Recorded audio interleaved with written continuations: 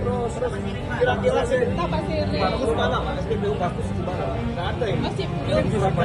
Kan ini kan singkatnya dari Perak semua. Semua dari Perak. Kapan ini Pak? Ya. Saya datang. Ada mekanisme.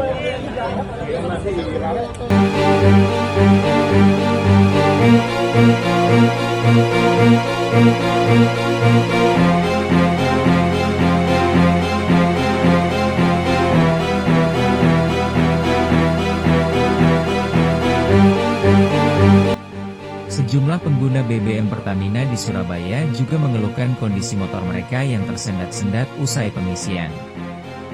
Kejadian serupa juga dilaporkan muncul di Tuban dan Bojonegoro. Akibat BBM yang salah, terpaksa pemilik motor harus mengganti busi yang rusak. Sejumlah pemilik motor terpaksa mengisi bensin Pertamax dengan harapan kondisi motornya kembali normal. Iya, secara normatif ruang untuk menuntut itu besar ya. Baik nanti pidana maupun perdata.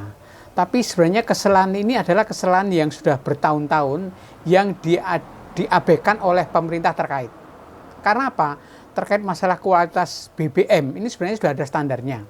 Tapi semuanya tidak optimal. Contoh, yang pertama, Dinas Meteorologi. Meteorologi itu yang mengukur terkait masalah besar ketepatan meteran BBM itu ya. Meteran. Kemudian yang kedua Badan Standar. Badan Standar Nasional itu yang melihat, mengukur, meneliti seberapa besar kualitas BBM itu yang ada di masyarakat. Yang ada di SPBU yang ada di sekitar masyarakat. Tapi itu tidak dilakukan secara optimal. Nanti bisa dilihat, bisa dibuktikan di setiap BBM pasti kan ada tanda tera. Tanda tera A. Dan tanda tera itu kan berlaku 2 tahun sekali. Mestinya Badan Standar Nasional itu secara periodik untuk melakukan kualitas, mengukur kualitas BBM yang ada di SPBU, SEBU yang ada di sekitar kita. Itu yang tidak pernah dilakukan secara optimal. Sehingga kelemahan-kelemahan. Karena apa? Sejak bahan bakar, baik itu solar maupun bensin, keluar dari depo Pertamina, ya, diangkut oleh truk SPBU. Apakah betul dalam mengangkut mereka dari SPBU langsung ke tangki-tangki yang dituju, langsung ke SPBU? Kan belum tentu, belum tahu kita. Apakah di sana ada permen atau tidak? Itu yang pertama. Yang kedua, apakah Badan Standar Nasional mestinya dia mengukur di tingkat pengisian truk-truk SPBU, dia diukur. Kemudian juga dia melihat, meneliti SPBU yang setiap saat menjual kepada masyarakat. Nah langkah ini belum dilakukan secara optimal. Munculnya masalah ini langsung direspin Wakil Wali Kota Surabaya Armuji dengan melakukan sidak ke SPBU Pertamina di Jalan Raja Wali, Surabaya. Hasil sidak Armuji ke SPBU ini diberi warga sebotol BBM yang disebut berisi 2 jenis cairan yang berbeda. Temuan Armuji ini langsung diadukan ke SPBU Pertamina. Zat cair yang pemberian warga ini terpisah satu sama lain dengan warna berbeda, yakni cairan berwarna hijau yang merupakan pertalite dan cairan berwarna putih yang menjadi barang bukti. Atas kejadian ini, setidaknya harus ada ganti atapi pertanggungjawaban dari Pertamina.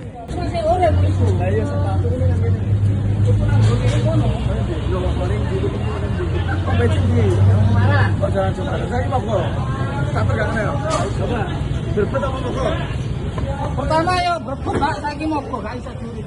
Belinya di Jalan Semarang ya.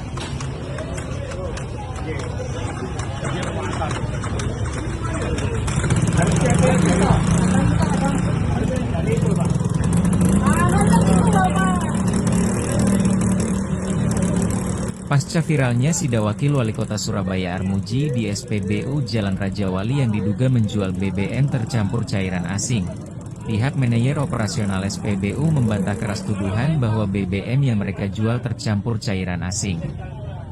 Dalam keyakinannya, Dalam rekaman CCTV SPBU terlihat bahwa botol yang diduga berisi BBM tercampur itu berasal dari luar SPBU. Ditaruh dalam tas kresek dan dikeluarkan saat Wakil Wali Kota Surabaya, Armuji, berada di lokasi. Pihak SPBU menyebut, pengendara yang menunjukkan botol tersebut tiba-tiba muncul dan menyerahkannya langsung kepada Armuji. Namun saat ditanya, di mana BBM itu dibeli, orang tersebut enggan menjawab dan langsung pergi. Pihak SPBU Pertamina Raja Wali berkomitmen akan menyampaikan keluhan tersebut kepada kantor pusat PT Pertamina. Namun setiap laporan harus memiliki nota pembelian sebagai bukti aduan. Siap, itu dari luar atau dari mana? Seperti yang ada di CCTV kami, terlihat bahwa memang botol itu dari luar. Jadi ditaruh di tas kresek, dikeluarkan. Jadi pengendara udah bawa dari luar? Iya, jadi kemarin tiba-tiba waktu Pak Armuji kunjungan langsung ke Pulau Roda 2 sebelah sana, pengendara itu pas masuk juga dan dia terus menunjukkan itu. Nah, menyerahkan ke Pak Armuji dan yang ditunjukkan Pak Armuji, ini loh BBM-nya tercampur air, cairan lah, nggak tahu apa itu. Gitu loh. Nah, setelah menyerahkan itu sempat saya tanya memang sebenarnya, itu beli di mana? Beli di mana? Nggak dijawab. Setelah itu BBM diserahkan lagi ke orang itu dan orang itu putar ke belakang gini, pergi. oh keluar. Iya, keluar. Jadi kita nggak tahu siapa itu dan BBM-nya memang bukan dari Dan sini. waktu Pak Armuji ke sini nggak sempat meriksa itu Pak di Enggak, shelter itu tadi. enggak. Cuman konten di sebelah sana, Pak. Jadi yang cuman konten. iya, kok bikin wawancara di sebelah sana dengan konsumen. Hasilnya seperti apa Pak? Yang Yang disidak ini tadi hasilnya seperti apa? Jadi kita bisa, alhamdulillah kita bisa membuktikan bahwa di sini tidak ada Campuran yang gitu. iya terkontaminasi lah istilahnya, BBM-nya tercampur. Kita bisa Kanit 4 Tipiter Satreskrim Polrestabes Surabaya, AKP Makbul, menjelaskan, hasil pengecekan awal menggunakan pasta air menunjukkan kadar air dalam BBM dinyatakan nihil. Namun sampel BBM masih akan diteliti lebih lanjut di laboratorium berotorisasi untuk memastikan kebenaran unsur cairan dalam BBM. Kami tadi melaksanakan pengecekan terkait dengan adanya keluhan daripada warga masyarakat. Jadi untuk sementara kami cek masalah kadar air terlebih dahulu, karena paling banyak itu mungkin terkait dengan adanya warna bening itu banyak yang mengira itu adalah air ataupun etanol. Tapi untuk kadar air dikatakan tidak ada tadi karena kita sudah menggunakan pasta air. Nah, untuk selanjutnya dari tadi semuanya sampel yang sudah kita ambil itu rencana akan kita teliti dan kita nanti kerja koordinasi dengan lab yang memiliki otorisasi terkait dengan pengecekan BBM seperti itu. Konsumen sebenarnya bisa menuntut Pertamina atau SPBU karena telah dirugikan secara materi. Sebab laporan dari masyarakat yang kendaraannya bermasalah setelah mengisi BBM di SPBU sudah sangat meresahkan. Pertamina harus menjamin kualitas BBM yang dijual sehingga tidak menimbulkan kerusakan. Masalah di Jawa Timur harus segera diusut tuntas dan tidak terulang di daerah lain. Secara normatif, ini pelanggaran terhadap Undang-Undang Perlindungan Konsumen, kemudian terhadap KUHP, karena penipuan dan terkait masalah badan standar nasional.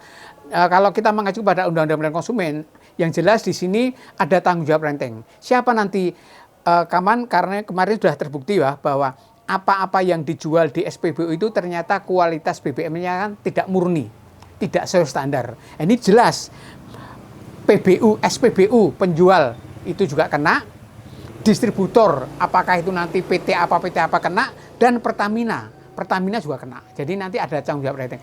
Besarnya tanggung jawab renteng nanti akan ditentukan oleh hakim yang akan menentukan. Konsumen bisa melakukan dalam tanda kutip class action atau langkah hukum karena sudah terbukti ada pelanggaran, apalagi kemarin wakil kita sudah melakukan upaya-upaya penyelidikan dan respon positif, itu bisa dilakukan.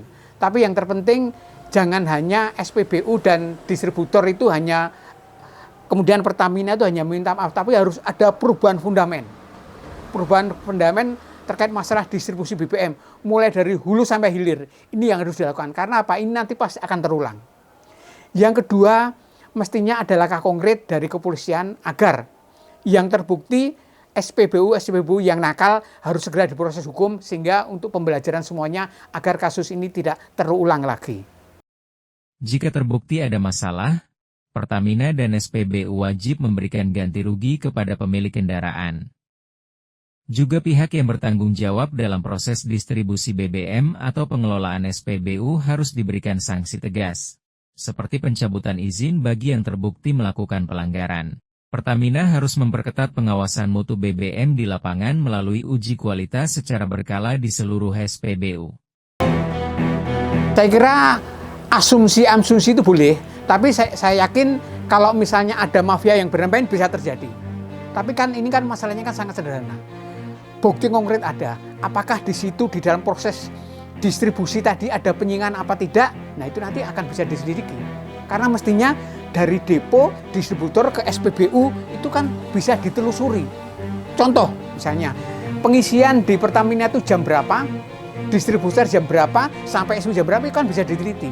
Nah ini mestinya Badan Standar Nasional, kepolisian, kemudian meteorologi harus bersinergi bersama lembaga konsumen untuk melakukan evaluasi menyeluruh, untuk melakukan upaya-upaya penyelidikan sehingga kasus ini bisa terekspos, bisa ditangani secara optimal dan tidak terulang lagi. Pengawasan konsisten penting untuk mencegah penurunan mutu BBM yang merugikan konsumen. Jika pengawasan hanya dilakukan setelah ada masalah, itu berarti sistem belum berjalan efektif. Masyarakat harus merasa aman dan percaya saat mengisi BBM di SPBU.